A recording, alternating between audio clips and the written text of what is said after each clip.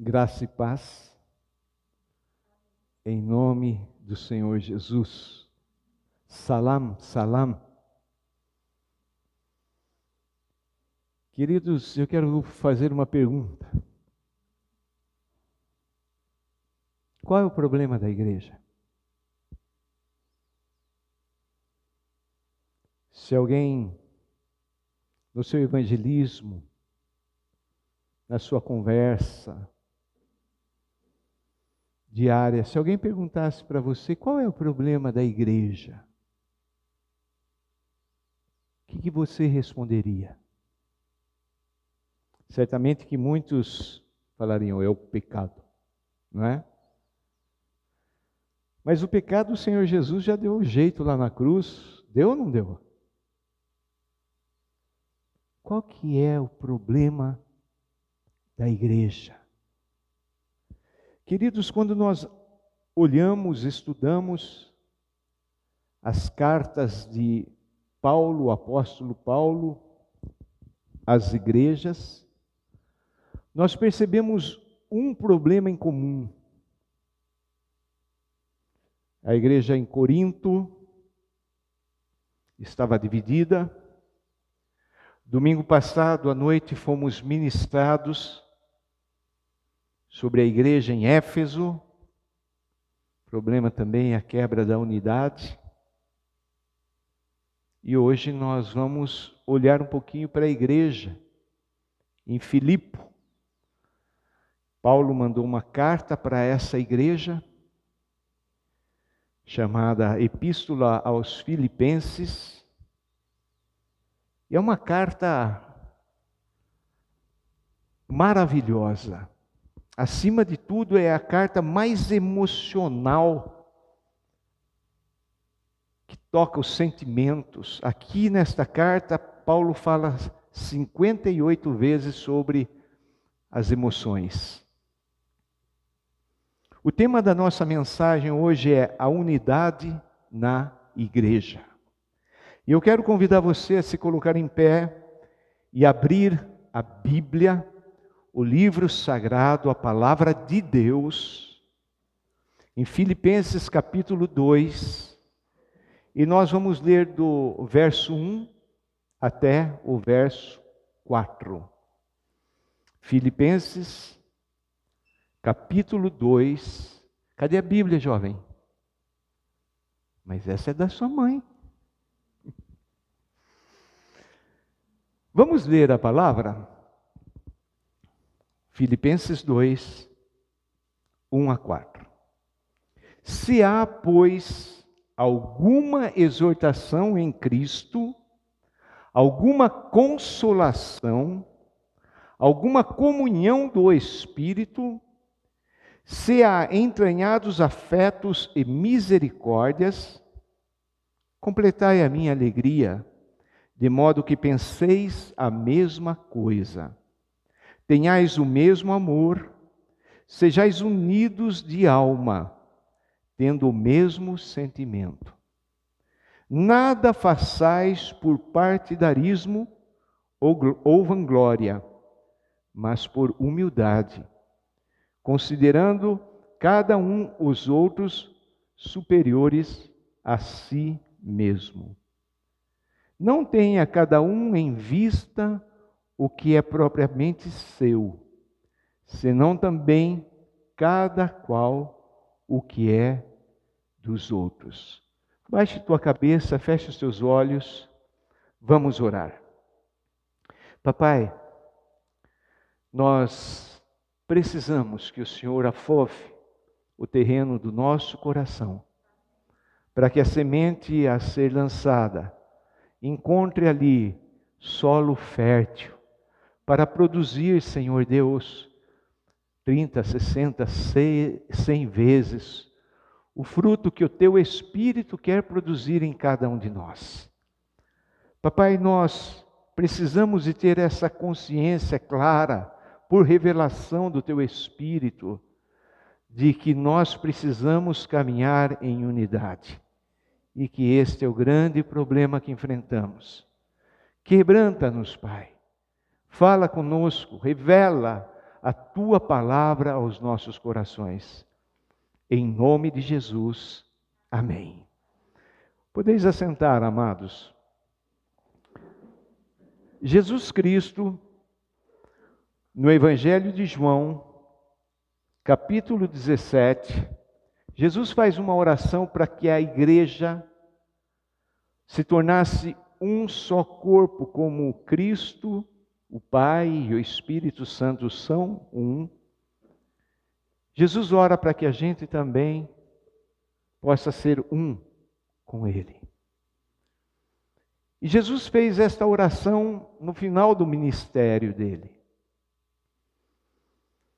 E quando olhamos a realidade das igrejas lá do Novo Testamento, quando olhamos a história da igreja, quando nós olhamos para a igreja nos dias de hoje, nós chegamos a essa triste conclusão. Falta muito ainda para alcançarmos uma unidade. Lá na igreja de Filipe haviam tensões. A comunhão, a unidade estava sendo atacada.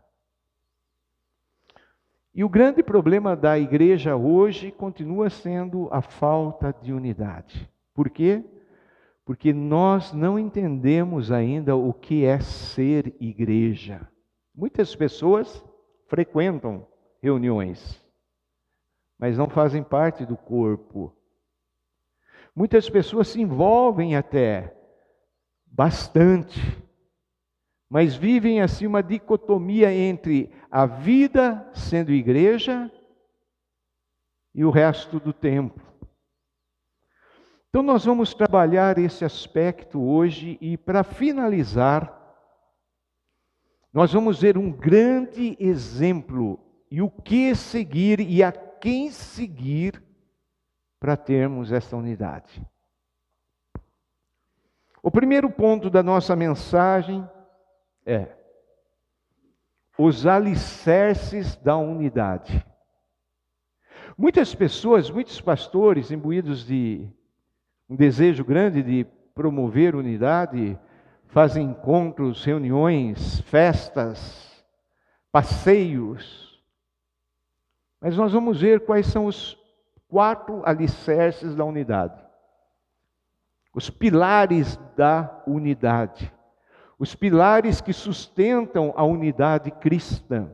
Então, o primeiro pilar é a exortação em Cristo.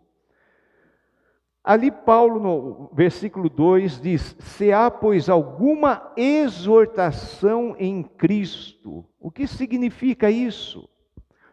Exortação, essa palavra, nos arremete o pensamento de caminhar junto, lado a lado. É aquele convívio que nos leva a conhecer o outro, a sorrir quando o outro sorri, a chorar quando o outro chora. O segundo alicerce é consolação de amor. Notem que tudo isso vai ser em Cristo. Não é na vontade humana, não é por algo que a gente venha promover, mas a base de tudo, para formar esse alicerce, tem que ser Cristo, Jesus, Cristos. Então, o segundo ponto, consolação em amor. Esse amor aí é o amor ágape, o amor sacrificial. É o amor que se doa. E essa palavra consolação, ela é da raiz de Paracletos, o Espírito Santo Consolador. E ela traz a ideia do encorajamento. Caminhar juntos em Cristo, encorajando-nos uns aos outros. Queridos, se há uma instituição a nível de mundo que está sendo bombardeada, é a igreja. E muitas vezes a crítica, a censura, muitas vezes a maledicência brota dentro da própria igreja. É uma coisa inadmissível, mas real. O próprio cristão se vê no direito de falar mal daquilo que Cristo Jesus instituiu. Se a gente alargar um pouquinho esse entendimento, pensando em denominações evangélicas, a gente vê que há uma certa luta. Quando um grupo fica sabendo que alguém caiu do outro lado, parece que é uma alegria, um contentamento. Não pode ser assim. Então nós precisamos estar abertos à exortação. Por favor, meu irmão, tenha liberdade. Se vir alguma coisa errada em mim, vem e puxa minha orelha. Venha e me advirta. Porque pode ser que eu não esteja vendo. Esse caminhar em Cristo nos dá a liberdade de nos ajudar mutuamente. De poder chegar e falar, irmão, esse caminho que você está é pecaminoso, vai te levar ao inferno, à ruína. De encorajar o irmão, vem cá, irmão, vamos caminhar juntos, em amor. Diga assim comigo, em amor. Não é naquele momento de raiva, de ódio, né? E tá, não, você fez, não resolve.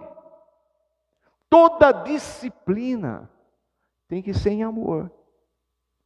Os pais que aqui estão, certamente já disciplinaram ou tentaram disciplinar. Está meio ruim o som aqui. Tira o retorno. Eu não preciso dele. Obrigado. Certamente nós pais já tentamos disciplinar na hora que a gente está bravo, irado. Não dá certo. Tem que ser em amor. O terceiro alicerce, o terceiro pilar, é a comunhão do Espírito. Tudo isso está aqui nesse pequeno versículo. Se há, pois, alguma exortação em Cristo, alguma consolação de amor, alguma comunhão do Espírito. Parece que Paulo está tentando procurar alguma coisinha disso ali na igreja, porque muitas vezes falta isso. Alguma comunhão do Espírito, a palavra aqui é koinonia, comum união, comum unidade. O que é seu é meu, o que é meu é seu.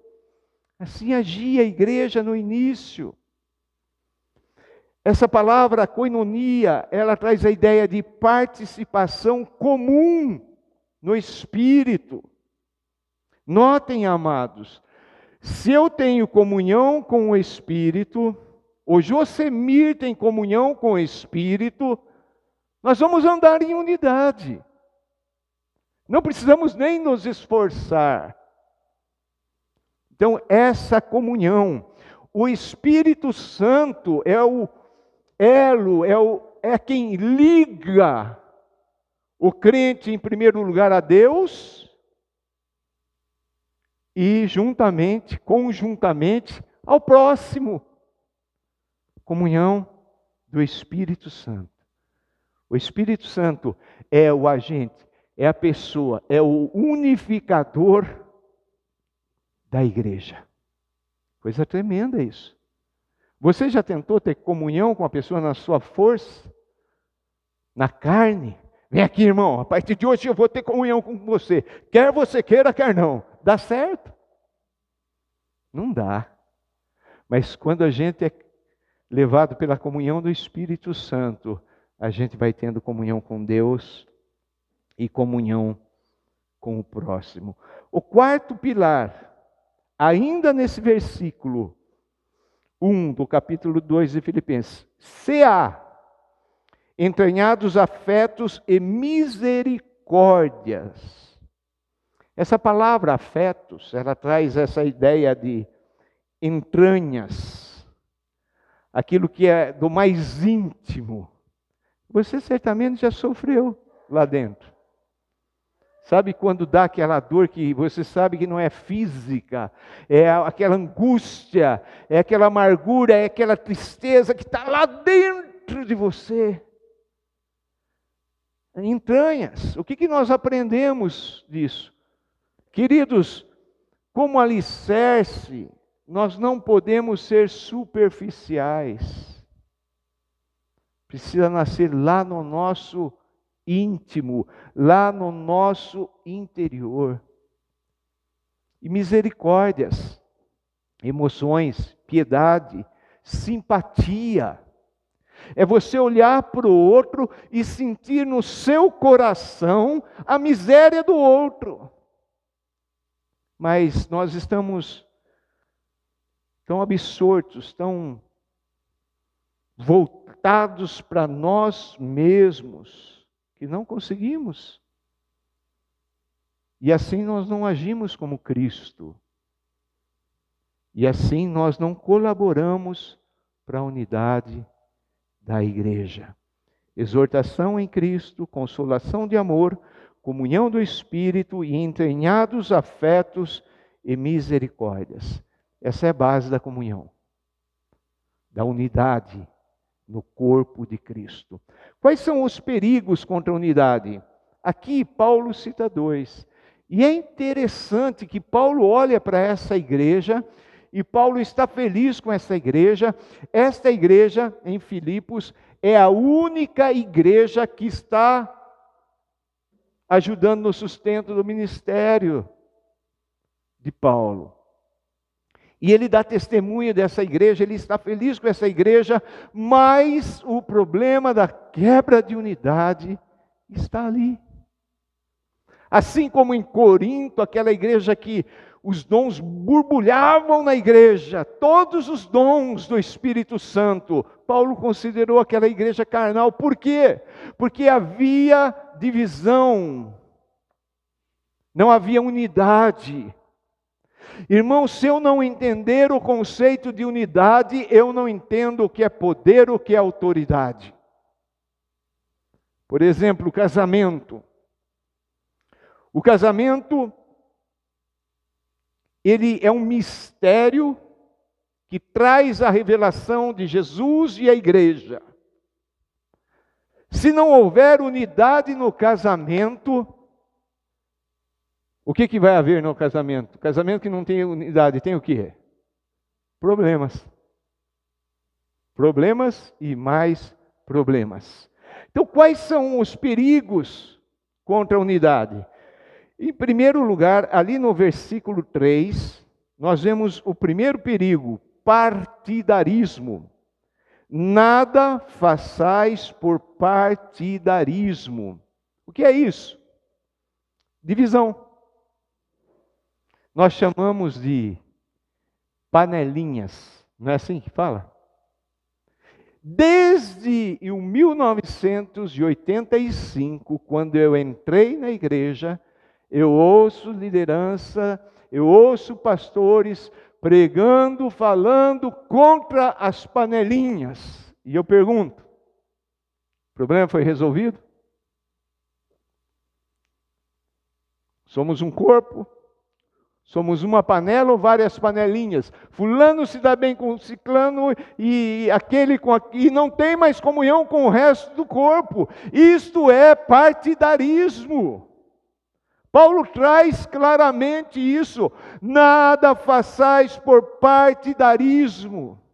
Essa separação, esses grupinhos, que na verdade são problemas que vão contra a unidade. Ficam um grupão que não tem unidade, cheio de grupinhos. Isso não é unidade. O segundo perigo, verso 3 ainda, nada façais por partidarismo ou vanglória. O que é esse vanglória? Queridos, essa palavra no Novo Testamento aparece só uma vez aqui. Glória vã. Uma glória sem fundamento. É buscar a glória para si mesmo. É roubar a glória de Deus. E Deus fala que Ele não divide a glória dele com ninguém. E nós precisamos tomar cuidado com isso. Você viu como eu canto bonito? Você viu? Eu fui lá fazer um evangelismo, a pessoa, você viu? Eu impus as mãos, a pessoa foi curada. Está tirando a glória de Deus para si, nós não fazemos nada. Nós simplesmente somos instrumentos na mão de um Deus vivo, e o poder, e a honra, e a glória é para Ele. Amém? É para Ele. Então Paulo cita esses dois perigos. E na vanglória, há uma inclinação que é carnal, né? Do orgulho. Eu. Louvado seja eu. Bendito seja o meu nome. É uma glória vã. E quando há esse sentimento dentro do corpo da igreja, começa a haver quebra de unidade. E Cristo Jesus advertiu: uma casa dividida não vai subsistir. Quando a divisão é achada no meio do povo de Deus, a casa começa a ser danificada, destruída. Então nós vimos os 4 alicerces, os 2 perigos, e agora nós vamos ver os mandamentos da unidade. O que cabe a mim, o que cabe a você fazer. É interessante que Paulo, quando ele escreve esta carta, ele está preso, debaixo de uma sentença de morte. Ele está esperando ser executado. E ele não volta os olhos para si mesmo, ele não fala: por favor, orem para que eu seja liberto, olha a minha situação. Não.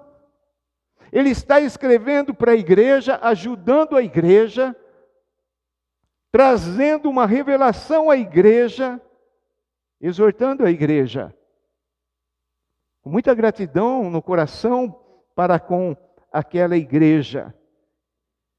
Mas ele tem um desejo aqui, e ele pede, no versículo 2 começa: completai a minha alegria. Não era ser liberto da prisão? O que era que Paulo está pedindo para essa igreja fazer para que a alegria dele seja completa? Primeira coisa, ele pede para que os irmãos lá tenham unidade de pensamento. Tendo unidade de pensamento. Completai a minha alegria, de modo que penseis a mesma coisa. Paulo diz que nós temos a mente de Cristo. Se eu tenho a mente de Cristo, você tem a mente de Cristo, nós vamos pensar as mesmas coisas. Não vai haver divergência. Sabe qual é o problema? É que a nossa cabeça está cheia de pensamentos mundanos. E nos pensamentos mundanos não há unidade. Muito pelo contrário, o que o diabo quer fazer é destruir, é acabar, é matar e é roubar. Nós não vamos ter unidade nas coisas do mundo. Mas nós precisamos entender aqui, é um apelo, mas também é um mandamento, está no imperativo. Completai a minha alegria, de modo que penseis a mesma coisa.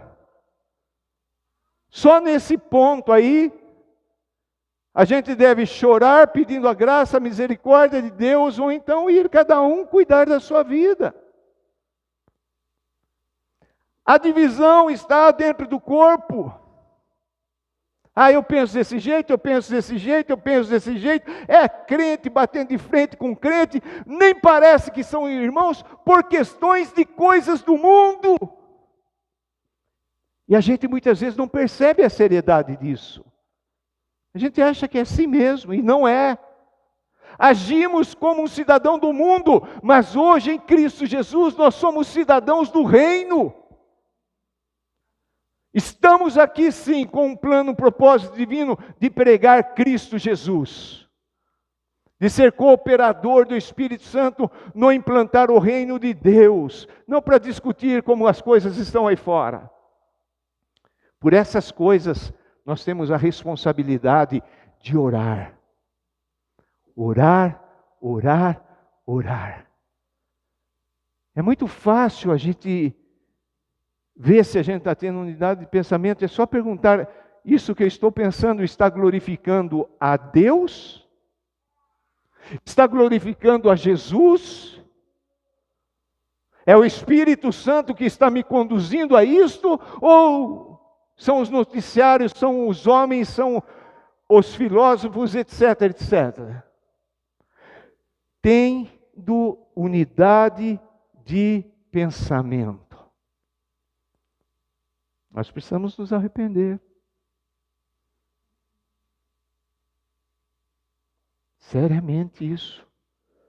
Tem que gerar um constrangimento dentro de nós. Essa falta de unidade de pensamento pode existir dentro da própria casa, dentro do próprio lar. Pode existir entre marido e mulher. Se um não for convertido, certamente não vai ter pensamento. Um vai pensar uma coisa, outro vai... então vou abandonar meu cônjuge. Não! É dobrar os joelhos, é chorar e buscar a unidade de pensamento em Cristo, não nas coisas desse mundo. O segundo mandamento, tendo o mesmo amor. Continuando o verso 2, tenhais o mesmo amor. E esse amor aqui é o amor ágape. Não é o amor eros, erótico, não é o amor filos, filéu, fraternal, é o amor divino. Só tem o amor divino quem nasceu de novo. Quem foi lavado e purificado pelo sangue de Cristo Jesus. Nós temos aí esse amor e nós caminhamos nesse amor. Isso tem que acontecer, queridos. O que vai convencer o mundo é a unidade da igreja. O que vai levar o mundo a conhecer que Deus Pai enviou Jesus é o amor entre os irmãos. Amor ágape. O terceiro mandamento da unidade,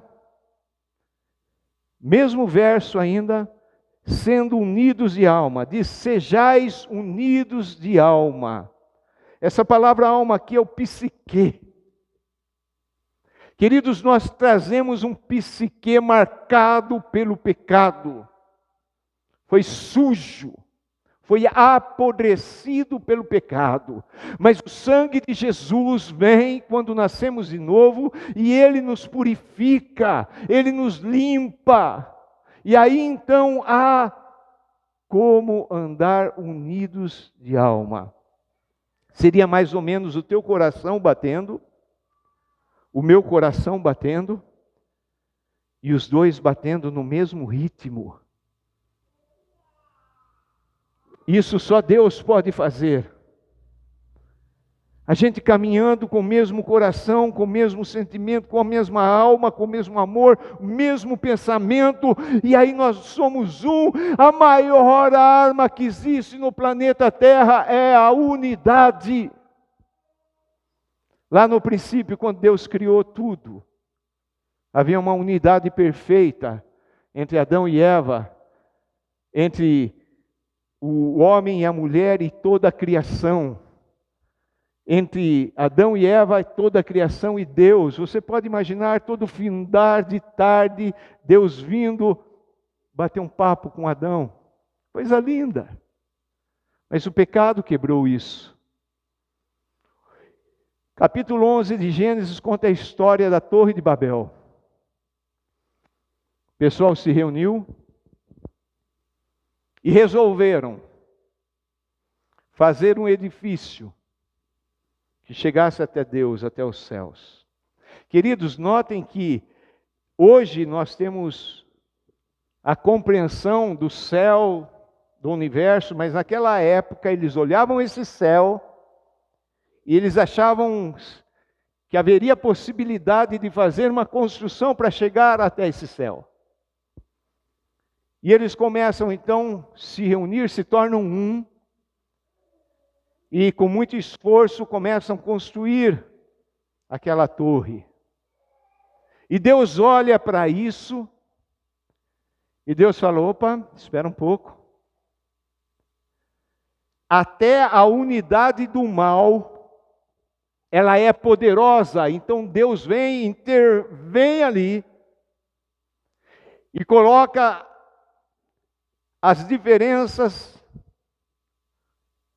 no falar, e um não consegue entender mais o que o outro está falando, e aquela obra para. Porque se eles conseguissem resultado naquela obra, Deus viu o quão mal aqueles poderiam fazer para a criação de Deus. Deus percebe que há poder na unidade do mal. Você pode imaginar o poder da unidade do bem?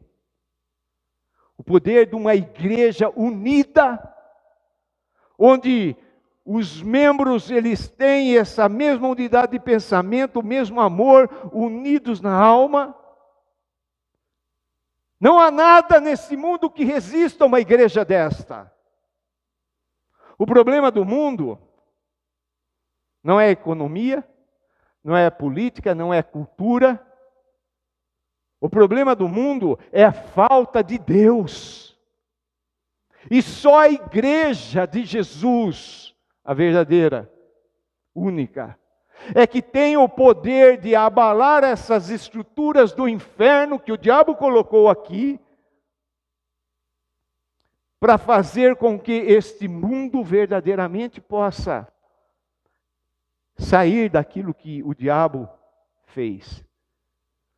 A Bíblia diz: o mundo jaz no maligno.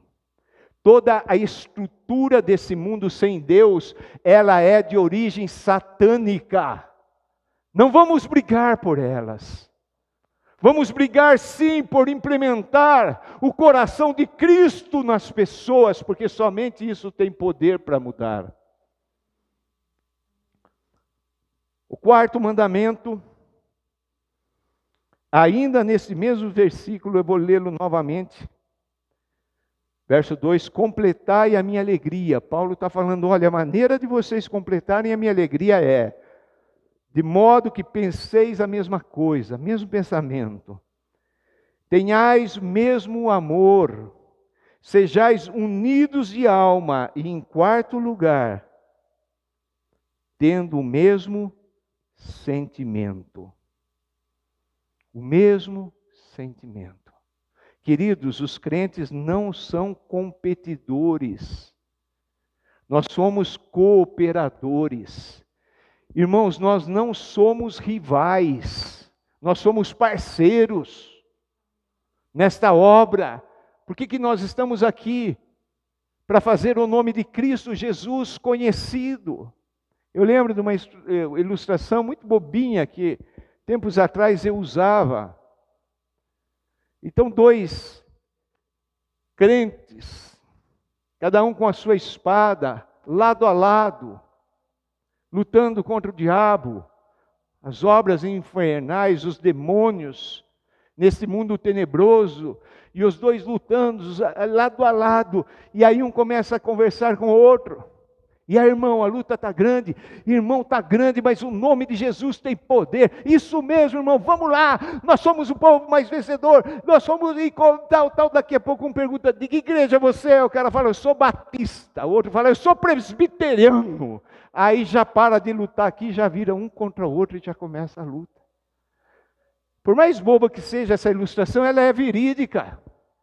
É isso que o diabo tenta fazer, é colocar entre nós, no nosso meio, essa falta de unidade, porque aí nós não temos poder para lutar contra ele. Jesus já deu jeito em Satanás, ele já esmagou a cabeça do diabo. E quando nós estamos caminhando em unidade, o diabo treme. Por isso que capítulo 17 de João é uma oração enorme de Cristo Jesus, pedindo para que Deus nos faça um. Aí essa batalha é ganha. Sabe a unidade no casamento, marido e mulher, começa a orar, começa a colocar diante de Deus e o diabo vem e joga confusão. É assim ou não é no casamento? Para jogar um contra o outro. Mas se você é filho, filha de Deus, não entre nessa luta. A nossa luta, vimos domingo passado, a batalha é contra principados, potestades nesse mundo tenebroso. Então a igreja, ela precisa de cumprir esses mandamentos. Unidade de pensamento, mesmo amor, unidos na alma e mesmo sentimento. Agora eu pergunto, a igreja tem sido isso? A igreja tem agido desta maneira? Irmãos, quão longe nós estamos de verdadeiramente sermos discípulos de Jesus. Nós ainda colocamos a família de sangue, nós ainda colocamos os nossos afazeres seculares, o nosso trabalho, estudo e tantas outras coisas em primeiro lugar, sendo que Cristo Jesus diz: busca em primeiro lugar o reino de Deus e a sua justiça, e as demais coisas Ele acrescenta. Nós sabemos isso, mas ainda somos cheios de melindres. A irmã falou isso para mim. Não vou mais. Não faço mais isso, não faço mais isso. Uma palavra especial para os moradores da chácara Manaim. Nós precisamos buscar essa unidade a todo custo. A todo custo. Senão todo o trabalho que fazemos não vai valer nada. O que vai testificar o nosso trabalho, dando-nos poder e autoridade, é a unidade. A unidade do corpo. Queridos, se a gente parasse aqui, alguém podia falar, então não dá jeito. Será que há uma igreja? Será que há um modelo a ser seguido? E aí eu quero fazer a conclusão. Como conseguir a unidade da igreja? Ali no verso 3, no finalzinho diz, considerando cada um os outros superiores a si mesmo.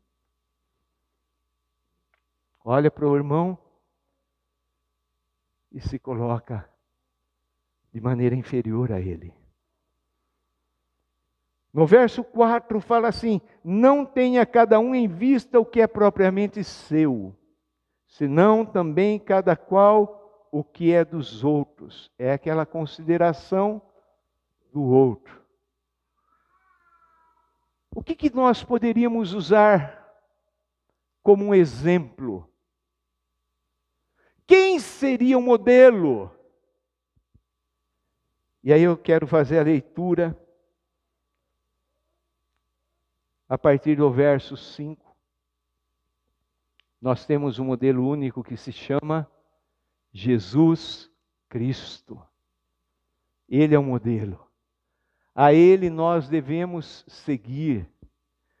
Paulo diz assim, para que aconteça todas essas coisas, mesmo pensamento, tal, tende em vós o mesmo sentimento que houve também em Cristo Jesus. Eu só vou conseguir ter unidade se eu tiver no meu coração aquilo que estava no coração de Jesus. O exemplo a ser seguido é o próprio Senhor Jesus. O que Ele fez? E a partir do verso 6 até o verso 11, nós podemos dividir em duas partes. Primeira, humilhação. Jesus se humilhou. Segunda parte, Jesus foi exaltado. Os cânticos desta manhã apontaram para a obra de Jesus, para a cruz, para o sofrimento e também para a exaltação de Jesus. Verso 6, olhando a primeira parte da humilhação. Pois Ele, Jesus, subsistindo em forma de Deus, Ele é Deus, Ele está lá reinando, Ele criou todas as coisas, mas Ele não julgou com usurpação o ser igual a Deus. Ele deixa a sua posição, Ele deixa a sua autoridade, Ele deixa o seu trono, Ele se humilha, E aí começa na vida de Cristo Jesus uma escada que traz até nós. Ele se humilhou e não teve problema nenhum dele se humilhar. O exemplo que a gente poderia dar é um rei, um dono de uma indústria, descendo e se tornando ali um empregado. Mas é muito pouco ainda para exemplificar Cristo. Seria mais ou menos eu e você, sendo seres humanos feitos à imagem de Jesus, ir descendo, até nos tornarmos um vírus chamado corona.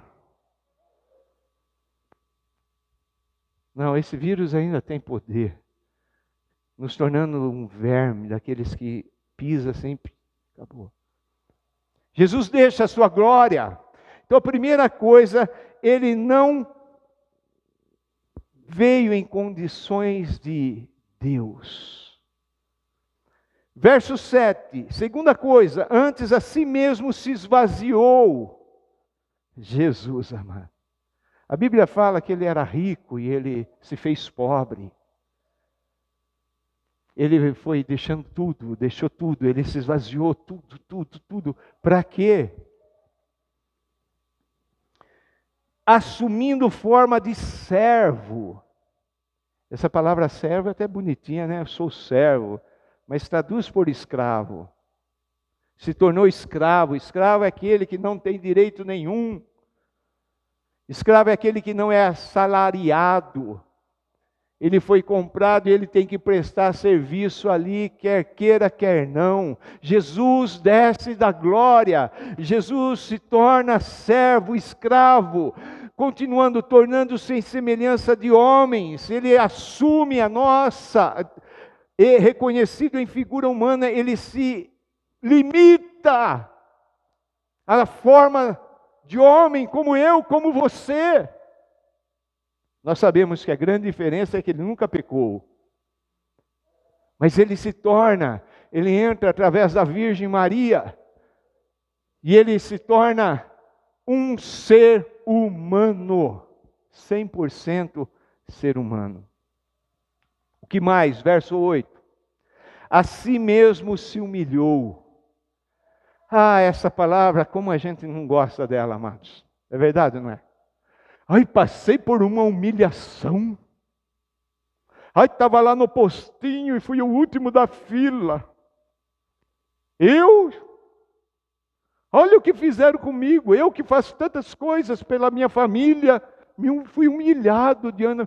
Jesus Cristo, sendo Ele Deus, Ele se humilhou a si mesmo,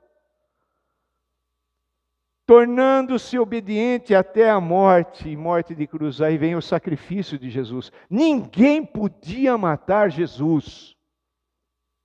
Ele se entregou. E essa morte de cruz é uma morte dolorosa. É uma morte vergonhosa. Jesus se tornou maldito. A gente vê quadros pintados, filminhos pintados, tudo bonitinho. Não foi assim. Jesus foi despido totalmente. Hoje a sociedade está tão nos braços do diabo que a nudez hoje em dia... Mas há pouco tempo atrás, e voltando mais tempo, uma pessoa lá na época de Jesus, ele, sendo Deus, deixou tudo. Ele foi colocado nu, despido naquele madeiro. Pior morte que existia, maior dor que existia. E Paulo está falando para nós, tenha o mesmo sentimento. Haja de igual maneira. Aqui no mundo a gente quer crescer, a gente quer dizer, eu quero ser, eu quero ter, eu quero... Jesus não. Jesus foi abrindo mão de tudo. Jesus não tinha onde reclinar a cabeça. Você é discípulo de Jesus? Jesus nos ensina sobre adquirir riquezas. Mas os crentes parecem que essas lições eles não querem aprender. Jesus foi se esvaziando. Fica parecido comigo, com você. é condenado por causa dos meus pecados, dos teus pecados, é colocado lá na cruz, vergonha, escárnio, ele apanha, toma tapa, cusparada. Não existe maior humilhação do que essa, de alguém que tinha poder para não passar por nada disso. Mas ele fez por amor.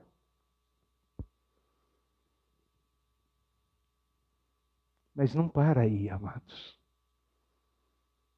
A exaltação. Cantamos todos os cânticos falando da exaltação. Agora começa a subida. Pelo que também Deus o exaltou. Quem exaltou? Deus. Não fomos nós, não somos homens. O próprio Deus exaltou. Coisa maravilhosa. Você quer ser exaltado? Tem que se humilhar. Deus exalta os humilhados e humilha os exaltados. É na contramão desse mundo que o povo de Deus caminha. Exaltou sobremaneira. Essa palavra sobremaneira, ela é tremenda. Sobremaneira, é a mais alta posição existente, sabe, de lá da cruz, de lá do sepulcro, Deus pega Cristo Jesus e coloca Ele numa posição onde não existe ninguém acima dEle. Esse é o nosso Jesus, esse é o cabeça da igreja, esse é o edificador da igreja, esse é aquele que disse, as portas do inferno não prevalecerão contra ela. Exaltou sobremaneira e deu o nome que está acima de todo nome. Nome que está acima de todo nome, Jesus. Leva-nos a entender isso, Senhor. Você já encontrou uma pessoa importante? Não é dar um negócio assim, ai, você não sabe quem encontrei hoje? Encontrei o vereador. Ixi, hoje ele decidiu ser vereador, não é. Encontrei o prefeito. Ixi, hoje esse dia. Encontrei o cantor fulano de tal. Jesus tem um nome sobre todo nome. Todo nome, todo nome, todo nome. Quem colocou? O Pai. Para quê? Verso 10. Para que ao nome de Jesus se dobre todo o joelho. Irmãos, nunca a igreja cristã foi tão perseguida como nos nossos dias. Nunca houve tanta morte de crentes em Jesus como nos nossos dias. Tanta prisão, tanta perseguição como nos nossos dias. Ah, mas a mídia não fala. A mídia não vai falar porque ela jaz no maligno. Nós precisamos compreender o que está acontecendo no planeta Terra. As pessoas estão sentindo-se no direito de escarnecer as coisas de Deus, as coisas da fé. Cristo Jesus nunca foi tão ridicularizado. Ele não, né? As pessoas pensam, ele não é, ele é intocável. Ele tem um nome que é sobre todo nome. Todo joelho vai se dobrar. Pensa naquela pessoa que você conhece que mais critica, mais fala contra a igreja, contra Jesus. Essa pessoa vai dobrar os joelhos diante dele. Pensa nos grandes líderes da nossa história. Todos eles vão dobrar os joelhos diante dele. Todo joelho. Não vai ficar ninguém. Não quero. Autoridade máxima. O joelho vai se dobrar. E vai ter que reconhecer, porque continua dizendo, todo joelho vai se dobrar nos céus, lá nas regiões celestiais, acima de tudo ao céu onde Deus, Ele reina. Mas há outro céu, onde a batalha está sendo travada, onde o diabo e os seus demônios habitam. Todos esses vão dobrar os joelhos diante do senhorio de Cristo. Nos céus, na terra. Todo mundo da terra vai dobrar o joelho. Ah, pastor, eu conheço um parente meu que não vai. Vai sim. Vai, qualquer um, todos. Nos céus, na terra e debaixo da terra. Fala das regiões profundas, daqueles que morreram sem Cristo, do diabo. Todos eles vão dobrar os joelhos e vão confessar com a língua, verso 11. Toda a língua vai confessar: Jesus Cristo é o Senhor. Curios, dono de tudo. Para que tudo isso? Final do verso 11. Para a glória de Deus Pai. Tudo sempre é visando a glória de Deus Pai. Nunca somos nós. O evangelismo que nós fazemos, missões que nós fazemos, é para a glória dele. Tudo é para a glória dele. O crente verdadeiro, ele já entendeu que tudo que ele faz é para a glória dele. Glória de Cristo. Glória de Deus. A mulher que está ali em casa, varrendo, fazendo a comidinha, ela tem que ter essa consciência. É para a glória de Jesus. O homem que está na fábrica, que está trabalhando, é para a glória de Deus. O jovem que está estudando é para a glória de Deus, para a glória de Deus. Eu creio que vai acontecer a unidade. Não por minha causa, não por causa nossa de igreja, mas porque Cristo Jesus orou pedindo para Deus fazer-nos um. E eu creio que Deus, Ele ouviu e Deus está respondendo. Nós podemos escolher que tipo de crente a gente quer ser. O crente domingueiro, o crente que participa das reuniões, ou nós podemos ser esses que fazem parte da igreja, que se tornam um com Deus e com os irmãos. Eu costumo falar, e é verdade, Deus sabe disso, eu amo a minha esposa. Eu agradeço a Deus pelo nosso casamento.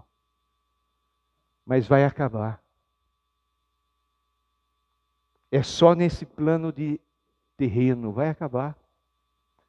Agora, eu amo também a Miriam, minha irmã. Isso vai ser eterno. Nós não entendemos ainda. Aquilo que Deus valoriza, nós não entendemos ainda e nós não valorizamos.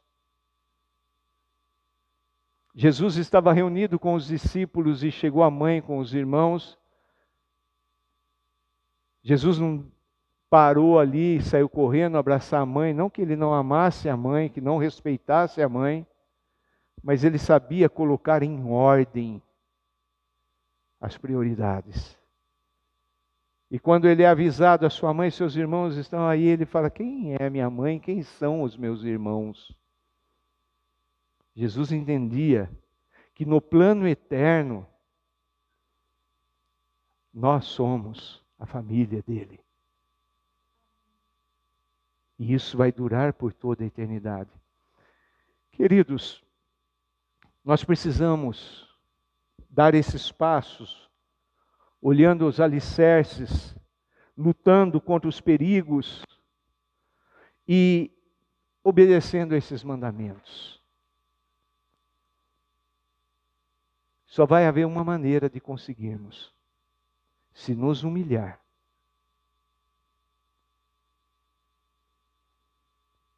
Se dependermos do Espírito Santo e falar: Espírito Santo, eu não consigo. Eu preciso do Senhor. Se houver em nossos corações disposição a abrir mão daquilo que é mundano, daquilo que faz parte desse sistema.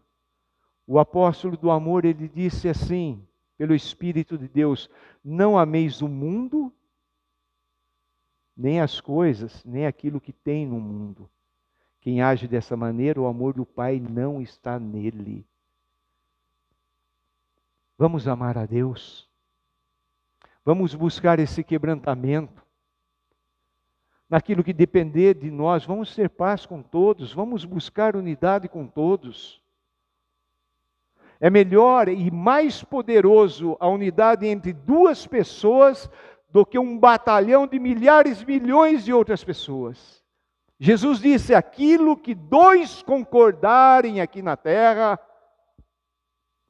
Ele faz acontecer. Há um poder na unidade. Mas a falta de unidade nos leva ao fracasso. Se você quer ser vencedor em Cristo Jesus, se você quer participar desse momento da igreja em busca da unidade, se você tem o desejo no coração de ter unidade de pensamento, mesmo amor, unidos na alma, mesmo sentimento, eu quero convidar você a se colocar em pé, disponibilizando a sua vida, falando: Deus, eu não sei como fazer, mas eu estou aqui para que o Senhor faça. E Deus vem. E o mesmo processo que aconteceu com Cristo Jesus, acontece conosco. A gente tem que aprender, em primeiro lugar, o caminho da humildade. Deus vai nos colocar em situações que essas situações vão nos fazer sentir capachos, sabe? Capacho, aquele tapete de entrada que todo mundo passa e pisa, e você vai estar lá. E você vai estar falando: Deus, continua a tua obra, continua. Está doendo, Pai, dói. O nosso ego, o nosso orgulho precisam ser quebrados. E aí quando a gente está lá todo arrebentado, Deus começa a pegar os cacos e começa o processo de exaltação. E em Cristo Jesus, Ele nos dá a possibilidade de usar o nome dEle. Jesus falou: em meu nome curarão enfermos, expulsarão demônios, ressuscitarão mortos. É o nome de Jesus que Ele próprio coloca à nossa disposição quando nós estamos andando em unidade. E a glória dEle é manifestada, e a gente olha para Ele e fala: Senhor, é tudo para o Senhor. Cuidado com partidarismo. Cuidado com vanglória.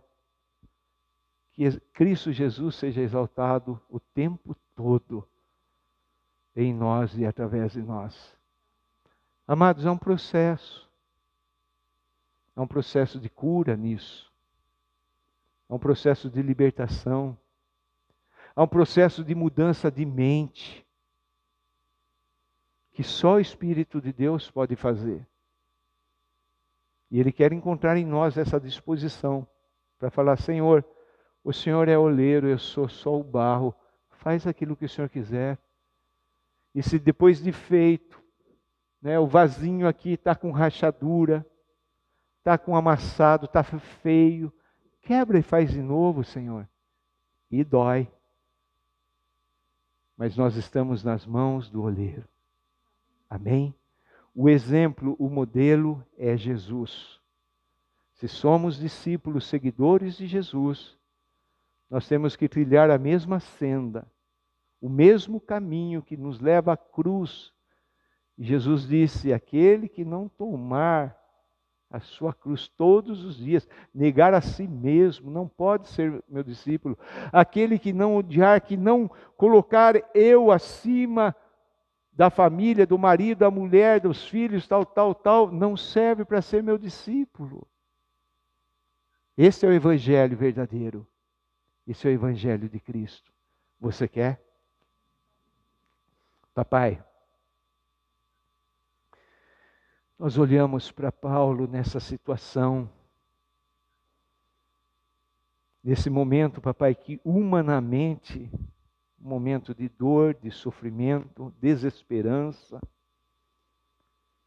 mas vemos o coração dele, papai, desejoso em ser usado pelo Senhor, em escrever essas cartas, trazendo a revelação dos problemas e a solução, a cura para as enfermidades. Senhor, olhamos para esses versículos, onde Paulo, de uma maneira tão maravilhosa, poderosa, cheia de revelação, apresenta o caminho que Cristo Jesus trilhou. E nós estamos aqui em pé nesta manhã para dizer para o Senhor: ajuda-nos a trilhar neste caminho. Tira, Senhor Deus, tudo aquilo que tem enchido a nossa cabeça, tudo aquilo que tem nos feito ser partidários de uma coisa ou de outra. Tira-nos, Senhor Deus, todo esse orgulho, essa glória vã. E Cristo Jesus seja o Senhor entronizado. E dá-nos, Senhor, experimentar esse caminhar em unidade, porque sabemos que aí então o Teu poder será manifestado, a Tua glória virá, a Tua presença estará conosco. E vamos romper, Senhor Deus, cadeias e mais cadeias, muralhas e mais muralhas, fazendo o nome de Cristo Jesus conhecido às nações. Revela a nós, Espírito Santo, aonde estamos falhando como corpo de manter esta unidade. Revela-nos e ajuda-nos a corrigir, para que verdadeiramente o mundo conheça que o Pai enviou Jesus. Agradecemos a Ti por esta manhã. Agradecemos por esse tempo precioso. Agradecemos pela liberdade e oportunidade de declarar através dos nossos cânticos que Cristo Jesus veio, morreu, mas foi exaltado, exaltado, exaltado, de poder cantar: Ele é o Senhor, Ele é o Senhor, de poder dizer aquilo que a Tua palavra diz: todo joelho se dobrará e toda língua confessará que Jesus é o Senhor. Leva-nos, Papai, debaixo da Tua bênção, da Tua unção, da Tua proteção, dos Teus cuidados, debaixo das Tuas misericórdias, do Teu perdão e do Teu amor, em nome de Jesus, em nome de Jesus. Amém, Papai. Amém. Mesmo à distância, olhe um pouquinho as pessoas. Vamos fazer um teste. Deus abençoe, amados irmãos.